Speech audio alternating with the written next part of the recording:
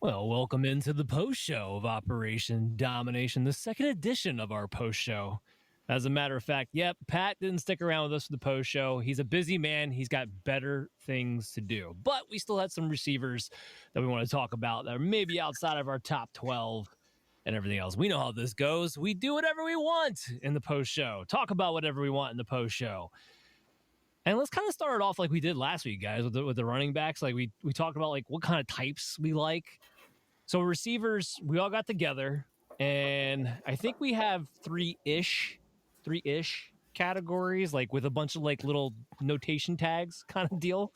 So like you had the perimeter receivers, which to kind of Chris's point, you could be like a field stretcher, you could be a red zone guy. That kind of falls in that category. You have the versatile guys, the flanker, possession receivers, the guys who can line up inside, outside. And then you kind of have like the slot only guys with maybe like a little dash of like gadgety guys that kind of get mixed in here and with, out in space. Let's see what teams can do with them. I don't know. I mean, Adam, what type, when you're looking at the sleeper type, what's the type maybe you feel like you prefer? When it comes to sleepers specifically, I like the slot guys a lot. The big reason for that is they're the guys who, if you look around the league, that's where the most of them, like the successful ones, like the most of them came from like late picks. Like that's just like, you look around, there's not a whole lot of X's that weren't drafted super high, but you'll find your fair share of slots that came in the 4th, 5th round. Like that, it is just the reality of how the league works. The other real green flag for me is ability to play special teams, which we'll talk about here in a little bit. But say those just guys who are getting open, get the ball in their hands, and play a little special teams. That's what I'm looking for. Okay. Chris, what about you? I lean towards more the athletic guys, the field stretchers, red zone guys. They're going to have more big play opportunity. I agree with Adam though. If I'm looking for safer things and some guys for diamonds in the rough, so to speak, the slot receivers are definitely ideal.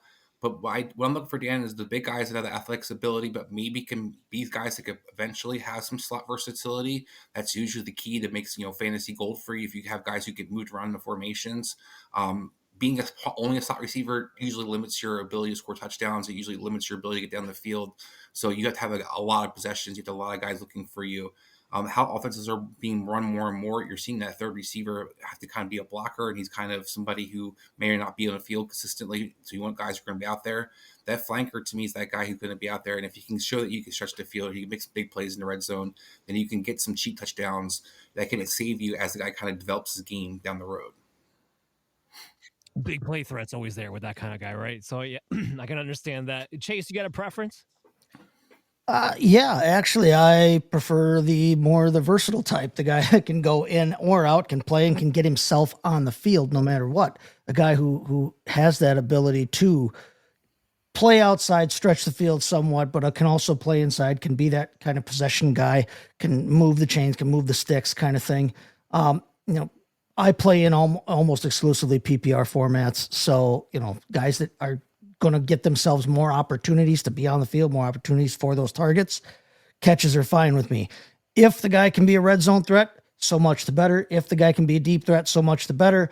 But, in terms of, taking a sleeper guy, unless there's some kind of weird way outlier, the guy's 6'5" and runs like the wind or something. Well, how about for us, though, Chase? We're like a half point PPR. Like, what's your difference for that? Or is there a bigger difference? How about for half point PPR, like we talk about for our show? Is that something that you have a difference? I tend to lean into the PPR part of the half PPR because you are still scoring for points. I used to play in a league where it's a fifth of a point per catch. So but I still was that. What's the point of that? Every 5 catches was a point. Point 2, yeah. Yeah, exactly. Yeah. Why bother? But I still leaned more to guys who caught the football because every fractional point counts. So Chase basically is saying that he doesn't care what the scoring format is. He's going to pretend it's full point PPR regardless. No. If it's standard, I'm gonna lean more towards guys, that are gonna be more red zone threats, score more touchdowns, get more yardage. But making more catches on the field gives you, in most cases, in my opinion, it gives you more opportunities to do that. Yeah, no, It's a simple numbers thing. So I want to throw as many darts as I can. Yeah, makes sense. I mean, so I guess I get to be Goldilocks here and choose from the three little bears below me as far as which one I like the best. I'm actually with Chase as far as if I'm looking for a sleeper type, I want the guy who can play inside outside because again, that's going to get him on the field more quickly because we're talking sleepers, we're talking day 3 guys, maybe even undrafted guys. I want those guys that are going to have the opportunity. And in my experience, Adam, yes, slot guys do play quite a bit of special teams as well, but the versatile guys, like they don't have to necessarily be returners to get on the field as special teams guys and hold a roster spot that way too. So again, it's just more of that type of, are you going to earn a roster spot? And when you get on there, can you be a target earner? That guy can play inside, outside, be a possession type of guy. I mean, we've kind of seen it, right? Like Thielen was that guy. Cooper Kupp was kind of that guy, where they could play inside, outside, and it just got them to a huge target shares as a result. And they popped as wide receivers, and those guys come to mind maybe a little bit more so, at least off the top of my head, than the slot and perimeter guys do when you're talking about the late ones. Not that there isn't any, that fit those molds, but that's where I kind of lean a little bit myself. Having said all that, let's talk about little perimeter receiver sleepers that we have. Chris, that's your favorite type, so why don't we start with your sleeper? Yeah, so my perimeter guy that I'm going to go with is Rock Taylor. Rock Taylor from Memphis, a guy who I think people kind of overlook. Ran 4.49 in Memphis. Didn't have spectacular statistics when it comes to touchdowns, but a guy who absolutely has the body to do so. 6'2", 213. He can attack all 3 levels. Got a little shake for how big he is as well. Really strong, Dan. He's got strong hands. Only had 4 drops last year. He runs hard. Had good yards per after the catch last year. The last couple of years, similar statistics last 2 years, almost close to 1,000 yards both seasons. A guy who gets 50-50 catches, and of guys who were targeted 85 times, he averaged 14.5 yards per reception, which is one of the higher percentages for those guys, averaging 85 targets or more last season from PFF. What I like about him, a lot of things, is he got better. While statistics necessarily improved his last year, what you saw is he worked on a lot of nuances of the game, and he has taken a lot of trying to work on his craft. Does a great job of tracking the ball. Does a great job of keeping his hands down so the ball arrives, catches it over his shoulder, and locates it over the shoulder. Those are things that are kind of get you on the field down and get those big plays.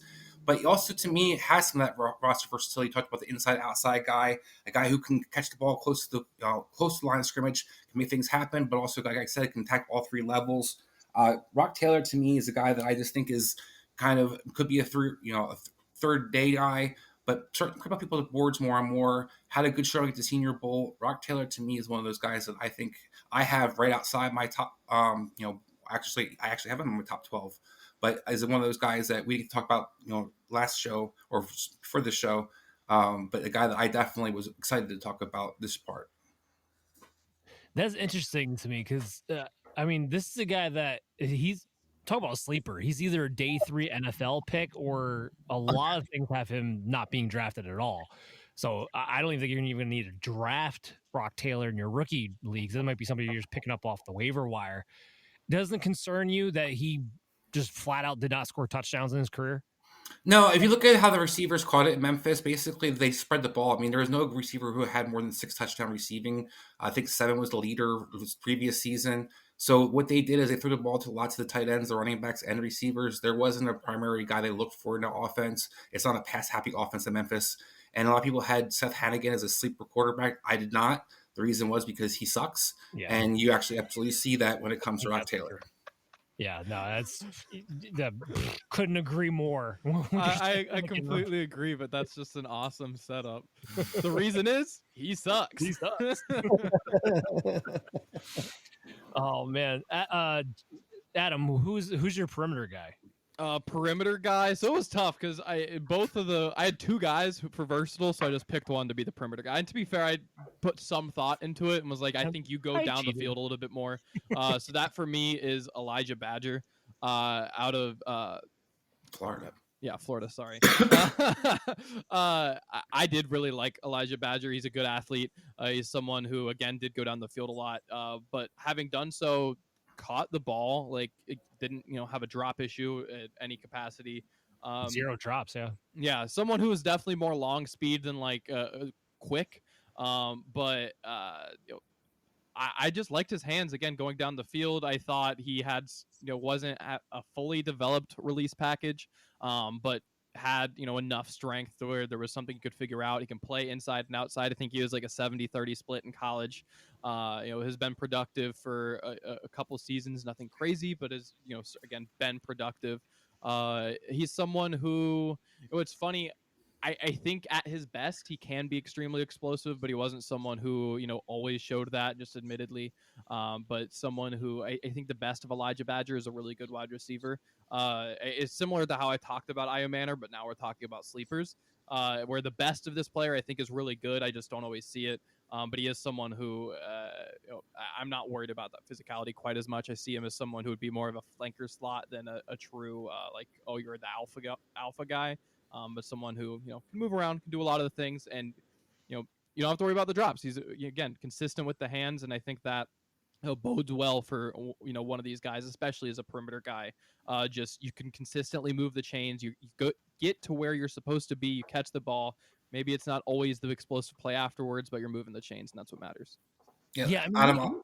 Go ahead, Chris. Sorry. I was going to say, Adam. Also, add real quick. Florida's offense was not, very productive for all receivers and the passing game in general. No, and I was just going to say, he didn't have a pop year at any point in his career, but he had 3 solid production years. I mean, he, over 800 yards in 2022, 723, over 800 again in 2024, and is by far his most efficient year when he had 20 yards per reception. And not a bad 2.96 yards per route run that year either. The other thing I'll give him, and especially looking for sleepers, you're kind of looking for this, but he had a really good grade against man, 88.5. That puts him really up there in the percentile. So that those are things that you look for in sleepers. That could you pop? I think the answer is potentially for sure. Chase, who's your perimeter guy? We've talked about all the perimeter guys I want to talk about, actually. And to be dead honest, you kind of stole the one guy that I might have wanted to talk about, because you stole my number 13 guy, Dan, in Isaac TeSlaa.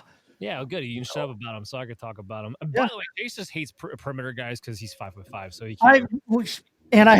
So I A, was never going to be one, and B, it was hard as shiznit to defend one when as a cornerback in college too. I had to, trying to guard the gray tape. Imagine Chase trying to guard TeSlaa, who'd just be jumping up I can't reach you. No, I would have nailed him though. More ways than one. But yeah, he's 6'4", 214. I had to throw that in there. It was just hanging fruit. I got 3 kids, yo.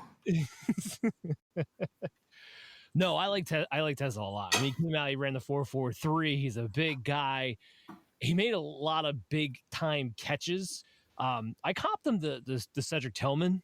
I see a lot of similarities where there's going to need to be some refinement in his route running, but he has the hips to do it, or I don't really question that. And he's willing to do some of the dirty work too. He has a pretty good blocking grade and stuff like that. And I think that'll get him on the field as a perimeter guy, especially in these, we're seeing it more and more now, guys, like these offenses coming from that Shanahan tree where they need the receivers to block. He's going to be able to be that type of guy and be able to take the top off the field. Who's the bum on the Rams? Ben Skowronek, he's an actual athletic Ben Skowronek with more upside is kind of how I see TeSlaa. I think he's the guy Eric Decker is what he reminds me more of. Go ahead, though. I think he's more explosive than Decker was. I don't know if he'll ever be the route runner Decker was, but I do like kind of your point there of he's going to be able to get on the field. He's going to be a true perimeter guy who can do all the. Well, it's a guy too. He started out smaller, worked his way, transferred up, and when he transferred up, his production, he still was able to produce. He still was able to play at a high level, a relatively high level. He's a guy when I plugged him in. All of his metrics and his scores and his dominator rating and those kinds of things, he actually graded out with an average score in my top 5 in terms of how the scores came out. He's a guy that I really like. I think the sky could be the limit, but he's going to have to go someplace where they're not going to shove him on the field right away and ruin him. Are you guys not worried that he didn't really play on the perimeter? I was gonna say he's a big slot. That's what I thought. You guys were really very insistent he's an outside guy. I think he played big slot most of the entire time. it was like a 50-50 versatile thing. I mean, like his half of his production, or I'm sorry, 3/4 of production did come while he was in the slot, but on running plays, he was on the perimeter a lot, doing a lot of the blocking, and that's where I could see him getting on the field more consistently at the NFL level, given his type, because he's not going to be the guy. You kind of said Eric Decker. I don't see quite the hips where he has the sinking power that Decker has, so I don't think he's going to get to play big slot a lot in the NFL. But he does all the other dirty things where he gets to be on the perimeter. That's why I'm projecting See, him. I think he's more of a pass, like an arm catcher, like Eric Decker. Where I see it, I get the breakdown, like he's not running a comeback like Eric Decker just did. But what he did is he plucks the ball high, keeps it high, uses his body like that. You know, I was talking about the last show about basketball players. That's what I see TeSlaa is. He has a lot of basketball things. That's why I see him as a big slot. He did a lot of things the tight ends are good at. He's everything I think what Dalton Kincaid you guys want him to be. I think TeSlaa does a lot of those things. And to your point, Dan, where I do think he can get on the field in the West Coast systems is he definitely will be a blocker. So the Kendrick Bourne role, those different guys, the Jennings, he can kind of do a lot of those dirty work things as well. It's the outside part I'm a little curious about because his getting off press coverage, people putting their hands on it, his bail up speed, all those things are things I kind of worry about for him, where I do think he has to kind of be inside. I was going to get to that where like his man coverage is not great. And that's something that it might hold him back from being able to really be a consistent producer that's going to last on your dynasty teams. But an athlete I like nonetheless. So who's a versatile guy you want to highlight, Chris? Well, his teammate, Andrew Armstrong. Andrew Armstrong was a guy who, one of the things I'll give you, he's definitely been in college for a while, but he's been a productive guy the last couple of years. PFF's third rated guy, 89.4, I'm sorry, receiving grade at PFF, which was third in his draft class, had 2.81 yards per route run, but he also excels in yards, shortage yards. So there's another guy like I talked about before, can attack you on 3 levels. A guy can get down the field with his size and his big, he's 6'3", 200 pounds, but he also can be a guy who can catch the ball. I saw that a lot in Arkansas, where there's a lot of their passing attack was within about 5 or 7 yards of the line of scrimmage. A lot of their quarterbacks suck as well. But Armstrong was able to kind of make up for that despite those things, and a guy who's a pretty good athlete overall. Like, I think this is a guy that is that inside outside you guys talked about. He's able to do the dirty work. He'll block. He'll be able to line up side. And a guy that I did have Kendrick Bourne, where I think there's a lot of things that like Jawan Jennings, those type of guys, where he will fit in a lot of these West Coast systems where he's going to do the dirty work, but also be a guy that can be where he's supposed to be to catch the ball short, long, or medium. So I think he's going to be a guy who's never going to be somebody, is going to blow up in fantasy, but I think this was a guy who could be a receiver 3 flex option for you down the road. Chris is just filling up our taxi squads right now. It's not going to be anything fantasy-wise, then I don't want it. See, my thing for this, and we talked about this last week with the running backs. Yes, with draft capital could change a lot of this stuff, but I'm going off of guys that I think you have ability to play in different systems in the NFL, and if you get a chance on the field, what can you do? And I think this is a guy that, when we talked about, a coach's guy, this guy will do all the little things. He'll get you first down. He's a chain mover. He's able to do the intricacies, and he's willing to block. And I think that's the things that get you on the field, and he has that inside-outside versatility. Okay. All right. Adam, who'd you switch your guy? Because it was Elijah Badger, so who'd you switch it to? Yeah, I switched it to because I was really struggling with an outside guy. There wasn't because I had Thornton in the last show. There wasn't There's like a lot obvious, in this draft. Yeah, there wasn't obvious you are an outside purely guy. There's a lot of flanker slot guys. There's a lot of slot guys. Not a lot of pure outside. So, my other versatile guy who I like a lot is Ty Felton out of Maryland. He's someone who, I mean, I hate to use a cliche, but he genuinely has that dog in him. Like, if I had an effort grade, he'd be up there for the best wide receiver in the class. The dude is just fighting his ass off whenever he's out there. Look, I love it. I mean, he's a thinner guy. He's lanky, 6'2", 186, or thereabouts. But he plays way more physical than as frail as he is. And he gets down the field. Ouch. Frail, but he's rail thin. Like, let's keep a spade a spade. Like, he's thin, but he doesn't let it affect him really. Like, he's someone who will fight through contact as a ball carrier. He's someone who becomes a runner after he catches the ball.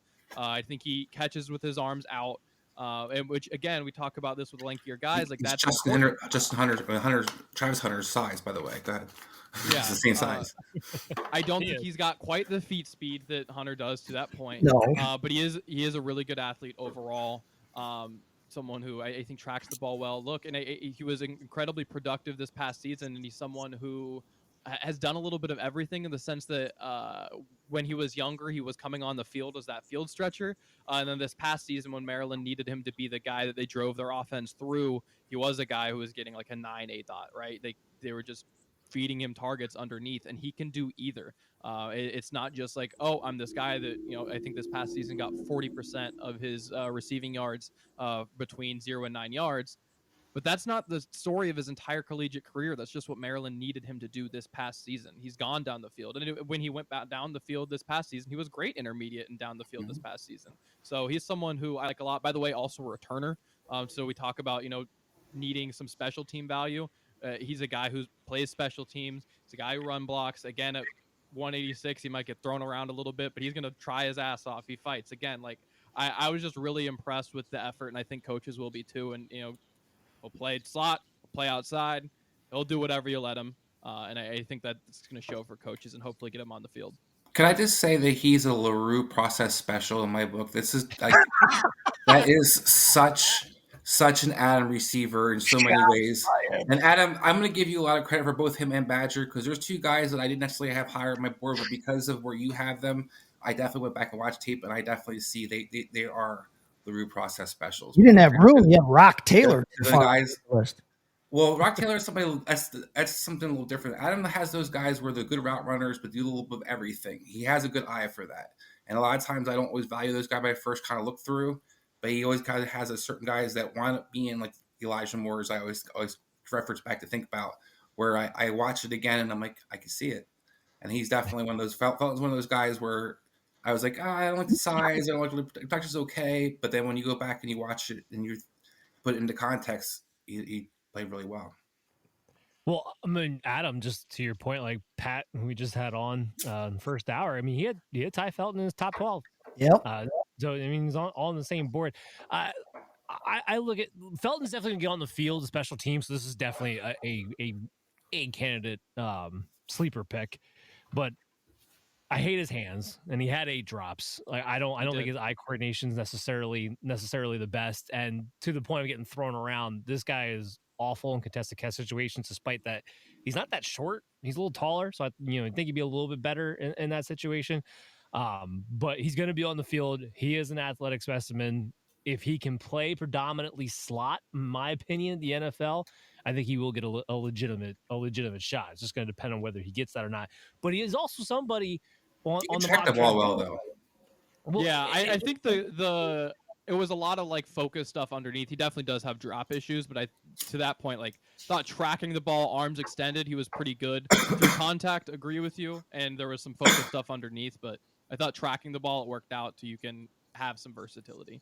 Well, and I was going to say too, mock draft wise, he's actually somebody who's been rising up. Like we're talking about early. Scouts like him. He's got some visits. Yeah. Like he's been rising up in the mock draft part too. So he might have some draft capital to go with it. Chase, who'd you have? It's not Elijah Badger, but it's another Florida Badger. It's Chimere Dike, the ex-Badger who transferred and followed his buddy Graham Mertz down south when he went, and it actually worked out pretty well for him. I'm tempted to say, oh, well, you cut bait and ran at the wrong time. But, I mean, following Mertz was good for him. DK had a much better year this year than he probably would have over at Wisconsin, because nobody really had all that good a year over at Wisconsin. Nobody on the football team, definitely. They were all the women athletes were the ones that had the good year this year at Wisconsin. But, I mean, a guy with an 87 athleticism score, that would have been good for 7th at the combine. I mean, this is a guy that just he jumps off the page that way at you if you really look into him and watch him play.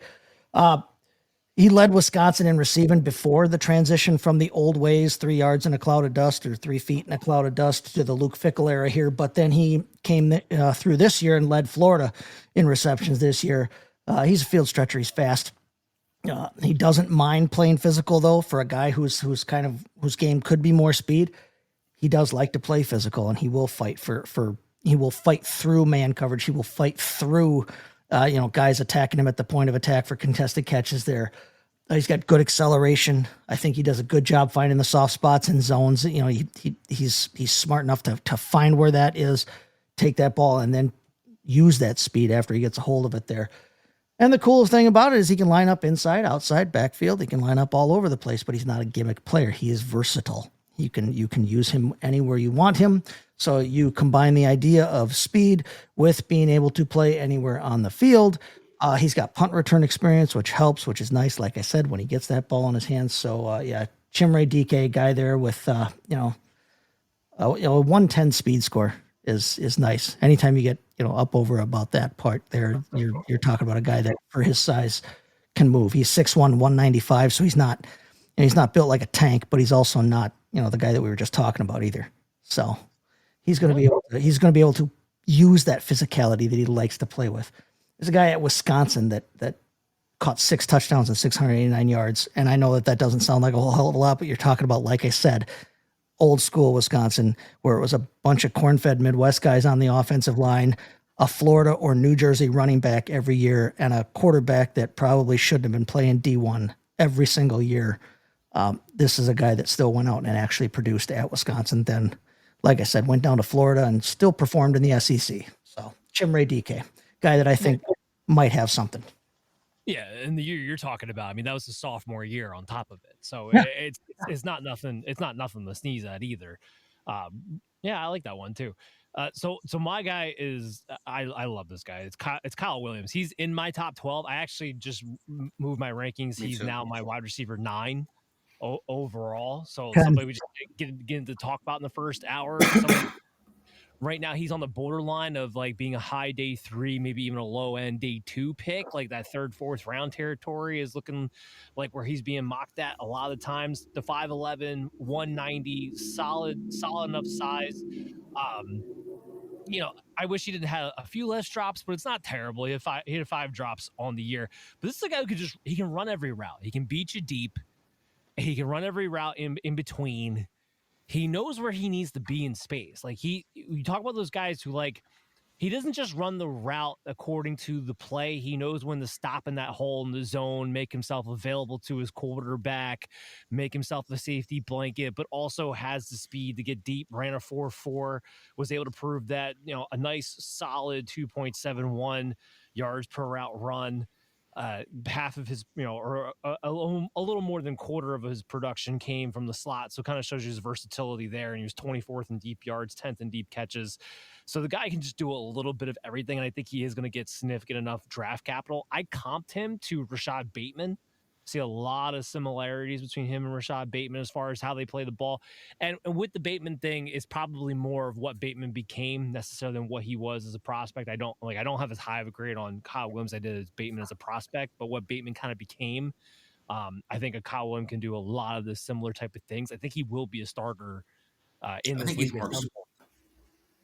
More what? I think he's more explosive than Bateman. Like that's what I think he brings a little more. Yeah, he absolutely is. Yeah, It doesn't take much, but yeah. Well, I guess that's what kind of threw me a little bit. Like Rashad Bateman, but come on, I mean, play some football, dude. It does help when you're on the field. That does play a role for sure. All right, so last group to talk about here in the slot category. Who's somebody we wanted to highlight there, Chris?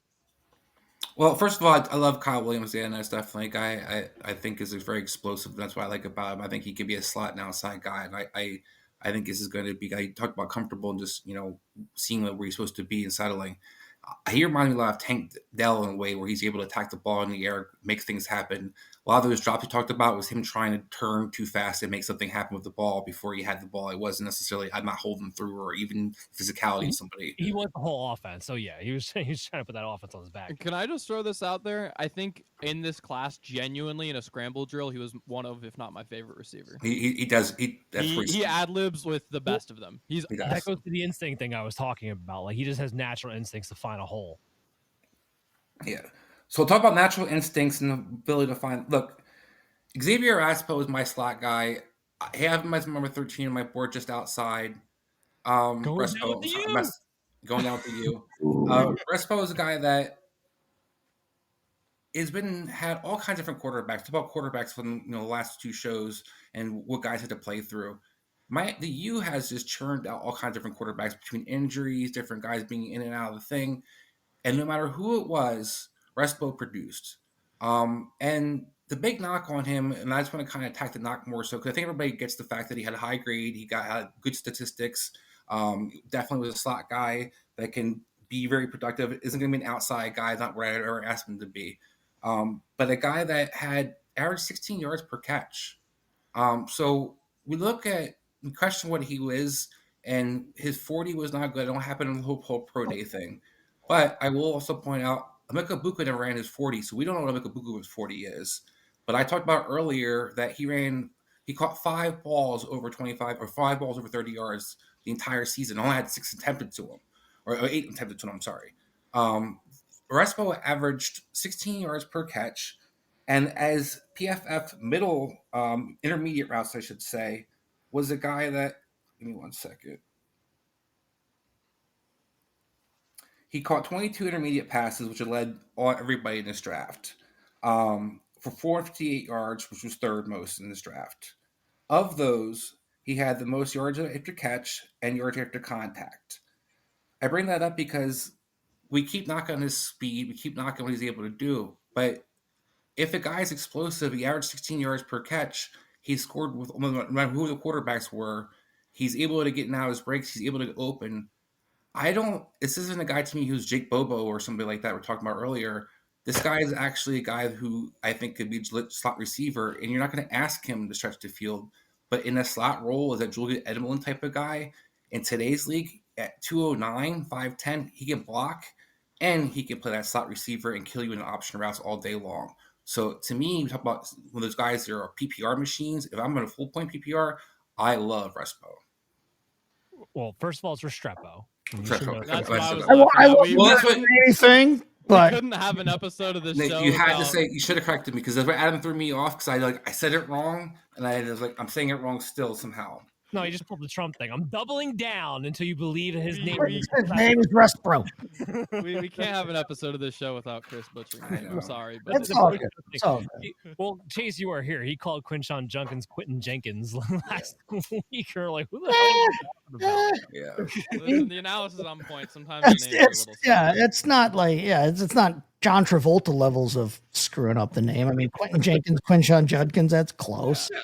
Same as More of a memory thing, guys. I have a lot of different quarterbacks and different running backs and receivers and names in my head, and I have to sit there and go through to be like, oh, what's the initials again? What's the name? Look, it's way more important to remember what they're good at and what they're not. Than Restrepo's he's never gonna know that we mispronounced his name because he's still running to catch up to what we've been talking about here. he's still trying to get a better helm in the 40s. Dude, listen, I'm 5'5", I weigh 220 pounds, and I'm 47 years old, and I can outrun Xavier Restrepo in a 40 right now, and I will. Did you average 16 yards per catch? No, because I played D-back. and they didn't average that against me either. So, yeah, he's a tough dude, I guess, and he's definitely a football player, and he played at the U, which I did not do. I'm asking you the numbers wise though, because you guys are going off the numbers, and that's where I feel like if we're going to go analytics numbers outside the 40, what is he doing that shows you on the field that he can't produce? He's a football player. I don't think I just don't know if that translates to the NFL when he's running through molasses. Julian Edelman ran a 4.73. Yeah, I Not mean, a 4.86. I mean, Chris, I'm more on your side than not. I do have Restrepo as my wide receiver 16, somebody who, one, is definitely going to be drafted at some point in day 3. 2, definitely is a good route runner, definitely commands the slot. Is he only going to be a slot only player? Yeah, I mean, that's what we're talking about in the slot only category here. But he lands on a team who plays a lot of 3 receiver sets. I don't see a reason why Restrepo is not going to find a way onto the field unless he's just in some stock locked and loaded, wide receiver room by somebody he gets drafted by. So I mean, I'm with you on that. He does all the little things really, really, really well. My question is, historically, who averaged 16 yards out of the catch at a slot receiver? Like how often does that happen? And I would imagine not often, but leading intermediate for that guy that supposedly isn't very explosive. If you're commanding that middle of that field, Dan, we know that's where you can eat today. That 10, 12, Oh, 15 agreed. yards you can eat. So that's where I'm like, I get that he doesn't have the 40 speed, but that doesn't show up on the tape when it comes to what you're going to ask him to do. And I think that's where I feel like more confident in him than a lot of other receivers, because I think it's not going to be twisted what you're going to ask him to do. They're going to let him be Joel Edelman. They're going to let him be Wes Walker. They're going to let him just be an option route guy. They're not going to go and like, hey, we want you to run slot fades. I think he's a football player. I think he is a football player. And generally, I like those guys. And I'm not saying that Xavier Restrepo can't carve out a career for himself in the NFL. What I'm saying is I don't necessarily see it being such where he's some kind of fantasy usable asset. Why couldn't he be Puka? Just as a shorter version. What's Puka's physical profile? What's Puka's physical profile? Puka's much more physical as a runner. One like that's not even really comparable as far as your physicality. He's more physical as a runner? As a runner, absolutely. Much thicker, much more physical, breaks much more tackles. That's not really that's not even comparable. I don't have those numbers in front of me to show me that Puka or what the numbers were for Rexpo's tackles broken. But the build and how he runs, like he's a little bowling ball out there. I don't think he's someone like dude that's his build, yeah. But Puka Nacua has been a exception to the rule too in a lot of ways. He wasn't necessarily. That's my point. I don't think Respo is like I don't love every 4.84 guy or 5'10" guy. No. But like he only had 12 missed tackles. Like that, it's okay. It's not great. Shit. Okay, come back, Chris. Take your Restrepo and go. I did not make Chris's drink tonight. I just want that to know. I am a entire time zone away. But he's cut off either way, regardless who's serving. I'm up on a bar stool too, so this is a comparatively much larger fall for me, being 5'5". The chair collapsed. It just dropped down. Gone. He's out. You're gonna start a GoFundMe to get Chris some office furniture. Adam, who's your slot guy? Well, Chris, listen, buddy, I'm right there with you on guys who got killed by the combine, and right there with you through it. I like Restrepo a lot, and I how often am I really asking my slot receiver to run straight down the field? I don't, whatever. But anyways, for me, it's Tez Johnson. He was someone who, like, pre-combine was one of my top receivers. Like, I love Tez Johnson. Look, and I did have to knock him for the combine, but we're going to be realistic about this. Like, it sucks that he ran a 4.5 and he is small as shit. Like, let's, get it out of the way. Like, that's tough. But what we also need to talk about is why was, like, a month prior, not even, he was unguardable at the Senior Bowl, like putting dudes on their ass. Like, so for me, it's just like, okay, cool. I know I can't run you in a straight line, and that sucks. And it does mean that you are going to be strictly a slot guy, but I'm not going to kill your NFL career because I've seen you get open on NFL corners within, like, literally weeks of the event that you didn't run well at. And the other part of it for me is this is a guy who, again, like, his ADOT was short. Like, this is a guy who's doing his work underneath anyways. And he's using his short area quickness, which, by the way, did have the best shuttle by a decent margin in this draft class at the combine. So it's not like he was a bad tester in general. Margin. He is not a bad athlete in general. He is a bad 40 time guy. And someone who made up ground at the end of his 40, which is weird for a guy his size. It was like his 10-yard split was like his 10-yard split's actually worse than his overall 40 percentile, which is really weird for a guy his size. And it kind of makes me wonder if, he just didn't. We talked about a bad start or something, because usually if you're quicker than fast, generally your 10-yard split should be awesome. But to me, that was the red flag. I like Tez still. I mean, cut you off, but that's the red flag where I had for him. I was like, are you really that athletic? Because your yards per catch weren't great, and I'm starting to see that maybe you weren't as fast as I think. But that's the thing, he's a short guy, and if he can run that kind of a shuttle, I mean, the agility's there. The agility's there. The agility's there, but the other part of it is the explosive stuff, like his vertical and broad jump. He has a 97th percentile broad jump, and he has an 82nd percentile vertical. So, like, if your get off is good and your agility is good, what the hell happened in the 40? like to me, it's like I just think that went weird. I think it's Chase, to your point in the last show, where it's like, okay, the guy who's been playing football the whole time, maybe he just hasn't been on the track and he doesn't have a good Right. start. Like I don't know. I don't know that that's quite representative. I don't think he's a blazer either. Like, But to be clear, when you but I watch don't think him on he's a film, 4-5 guy. Adam, when you watch him on film, does he look like a guy who's not getting off the line with burst? No, I think he gets Well- off the line fine. I like look. Obviously, he's a slot Dan guy. wants to say something. But I mean, I think he's quick. I think he moves light on his feet. I think he's agile, quick though. That's where I agree with you, but I think that's where for me the speed is the choppiness. He doesn't get off fast because he's so short and so choppy that he doesn't get up the field fast enough. And that's where, like, yes, he can laterally move real quickly, but I question how fast he's going to take you into your route, especially when they put their hands on you. Yeah, and to be fair, like I think if you put your hands on him, he's done. But at that point, then like coverage wise, you should be checking into a run anyways because you've got a nickel on your small guy. Like I don't know. To me, it's just I think he should be a matchup advantage from the slot where you are really quick. You should be beating safeties or linebackers to the flat. You should be able to get yards after the catch there, and like you're really quick. You get open. You run routes well. You don't have a drop issue. I know you did the season prior to this last one, but it seemed pretty cleared up, and you got enough volume that I'm willing to trust the 1 year sample on this one. I know for a lot of guys, I'm not really willing to trust a 1 year sample, but when you catch the ball, like you get 100 targets, like Maybe he worked on it. Yeah. like so for me, it's just like, look, he's a slot only guy. There's only so much ceiling, but to completely kill the NFL career, like he's not even necessarily a bad athlete. He's just a bad 40 runner. I'm not going to disagree with you that his down the field speed isn't great, but I don't want you running down the field routes anyways. I literally want you to go like, hey, see that linebacker that they just lined up with Crony? Like punish that. Like go get out to the flat, beat him there, and you're going to almost every time.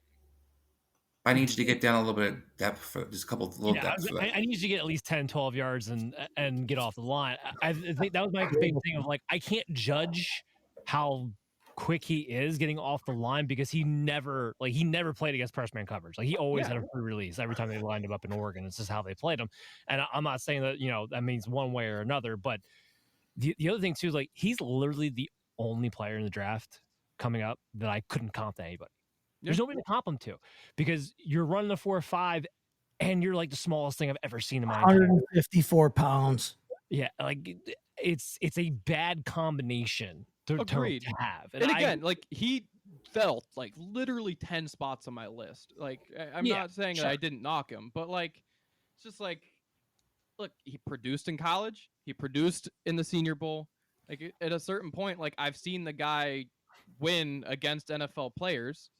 So like, I can't kill the idea. I'm not saying that he's a lock, but I can't kill it. Where I'm with you 100% is that I definitely moved him back up my board since after the reaction to the post combine thing, in a sense where like, okay, I was all disappointed when I saw the combine. I moved him down. I moved him back up because I was like, he still gets separation. He still gets open. My problem is that like, look, I use like a Rondell Moore, Dan. You're talking about comps. Rondell Moore, Tavon Austin's, those kinds of guys are smaller. The problem for me is they actually had the 40 speed. They actually were fast. Right. He doesn't even have that. And the quickness, the lateral quickness, they're not going to scheme. They're going to scheme up so you can make somebody miss. But if you can't make people miss and you can't get down with, like, you can't beat a quick slant. That's where I see that. I don't see him get off the field real quick. I see the quickness come in the hips. I could beat you in an option route all day. That's what we live everybody in the Senior Bowl on. But I can't getting off the line. How fast I get into my route. I did see that even with as Dan talked about, nobody fucking blocking him at all. And Chase talked about the other guys' releases. I don't know if it's a stutter thing in Oregon or teaching him to do, but he don't burst into his routes. And that's why I wasn't surprised when I saw his split in the 40. I was like, you could kind of see that on tape. He don't burst into his, like Tank Dell to me, you saw him burst out off the line. Yes. Like you just see it. And most of those quicker little short guys, you just see them and like, oh. Now the soccer player quick guys, which is I think he kind of is more like, they have I could beat in the option routes. Chippy. I do think he can live like that. You can be a Julian Edelman, like I said, or Wes Walker. You can live like that. But the toughness, I don't see that same toughness. And that's where I'm like, dude, you're littler, and I don't know if you're not going to get hurt. But I think with his size, speed score, for people out there who don't know what we're talking about, when I reference speed score, it's basically a measurement of your size, your overall size versus how fast and how quick you are. And he had the lowest speed score, 71.4, lowest speed score of any of the guys that I ranked, which is a problem when you're 154 pounds. In theory, a guy who's 5'10", 154 should be quick, should be fast. And in a 40, and in a guy who has shown quickness in his movements, you should think that he could get up to speed faster and thus have a better 40 time. And just the combination there is 154 pounds, dude. He's going to get pounded. And if he's not getting off the line in the NFL, and if he's not getting open, I don't know how often they're actually going to toss the ball at him, which is my hang up on him. Now, last time we kind of discounted a tiny little guy from Oregon. It worked out pretty good for us this past season in Bucky Irving, but 2 different positions and 2 different usages. So. Yeah, sure. Chase, who's your slot guy? My slot guy. This is a guy that I may be kind of putting into the slot or saying that I think he's a slot guy. And it's a guy that on our last episode, Pat Fitzmaurice talked about it here, and Nick Nash, he stole him from me. But it is a guy that I think has some potential here at the next level if he can get in the right situation. Yes, he's 37 and a half years old. And yes, he's not the fastest. He ran a 4.57, but 4.57 isn't 4.86. But yeah, Nick Nash from San Jose State, the converted quarterback. And when you watch him play, I think that intelligence, that football IQ, the idea that he can see the field, he understands what's happening in front of him in the field. He can read coverages and know how and understand intuitively how to attack those coverages helps him as a receiver. I think that comes through in the way that he plays. And in fact, I think he outplays his athletic limitations. And he has athletic limitations, in my opinion, vis-a-vis the idea of being a wide receiver. As a quarterback, he'd be all kinds of athletic. He can get up, though. He can jump. Yeah. He is. No, he can't. No, he's an athlete. Compared to other wide receivers, some of his metrics don't pan out great. I talked about speed score. He's got a speed score of only 95, which again, like I said, I like to see those guys up over 106, 107, up in that range.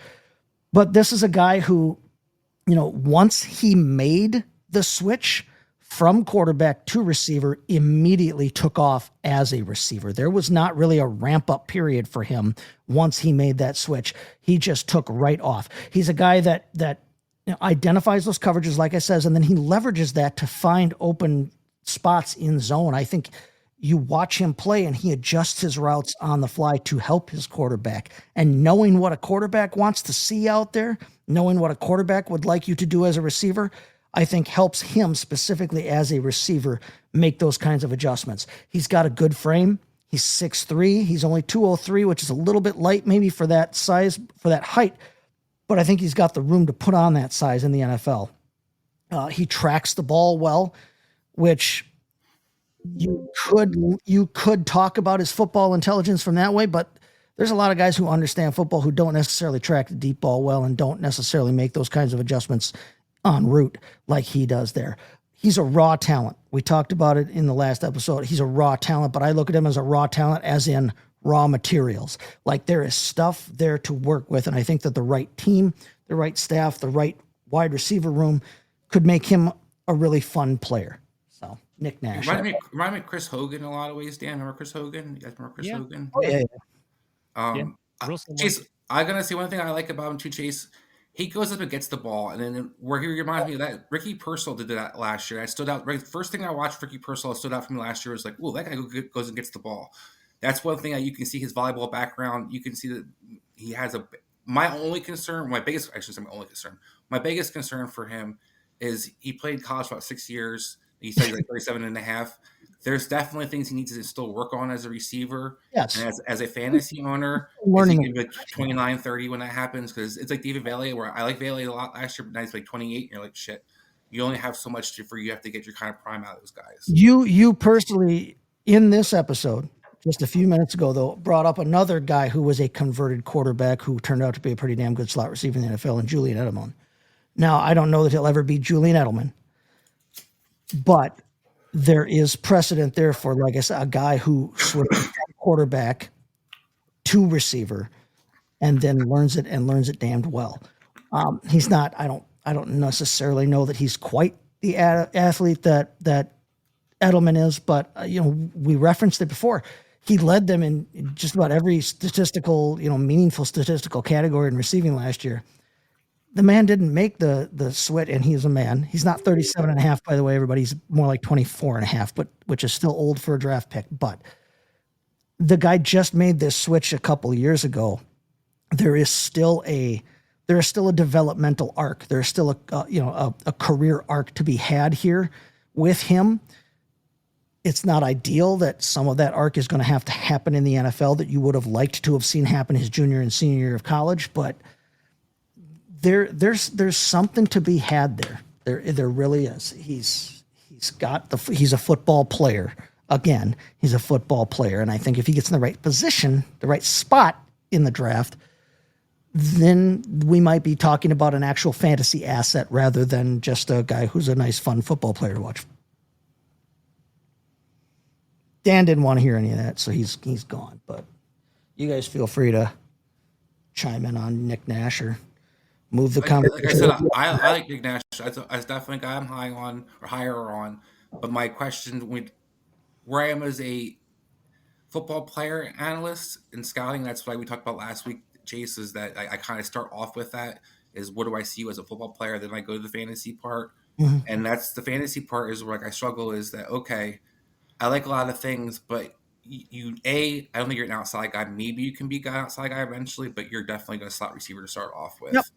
And with that, the draft capital that goes with you, you're going to be a guy that has to catch on fast because if you're going to be a 5th or 6th rounder, you're going to be somebody they're looking to replace next year. You don't know the weapons, you don't know whatever. Now, what I do think is if he gets on the field, I think there's a lot of things that the quarterbacks will like about him, that he'll be a guy that if he plays a good quarterback, he would definitely excel. I think he'd be a great fit, even though they keep signing slot receivers in Miami, because I think for like a Tua, for example, he's a guy that in the red zone, Right. Tua can throw high for and he can go get it in the slot. That's one thing I do see he has some fantasy potential with his ability to go get the ball, especially with at big slot position. That can be valuable sometimes. Edelman was a 7th round pick, by the way, I believe. So, I mean, yeah, late draft capital. Yeah, Bill Belichick's North Carolina, but hopefully.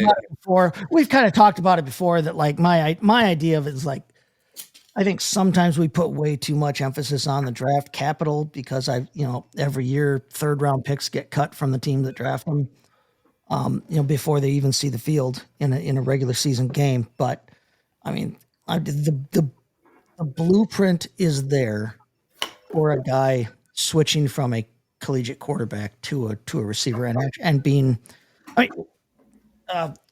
Ohio State quarterback that, he was a hell of an athlete, crazy athlete, but Ohio State quarterback. That's who you're thinking of? Who? Terrell Pryor. Yes, Terrell Pryor. Terrell Pryor had some success as a receiver. He was an okay athlete. He ran a 4.4, but yeah. Yeah, he ran a 4.4, and I said Nick Nash runs a 4.5, 4.57, a low 4.5, but I had a note to the point that you made about going up and getting the ball and fighting for the ball. I didn't mention it, but yeah, my note specifically says outplays his athletic limitations wide receiver wise through his football intelligence and his competitive nature. The dude he wants it. He wants to make this work. He wants to be a wide receiver. He wants the football. He wants to win football games. And I think he's got enough there to make that work. Now, will he be a fantasy asset? I hope so someday. I'm not going to have the right system. It could, like I said. Yeah. All right, we'll cap it there. We'll cap it right there. So we'll be back next week. We're talking about tight ends, Pete Nova, fantasy face off. We'll get into all of it then as well. Can't wait, guys. Make sure you're checking out Operation Domination Football on your favorite podcast app, and we'll see you guys again soon.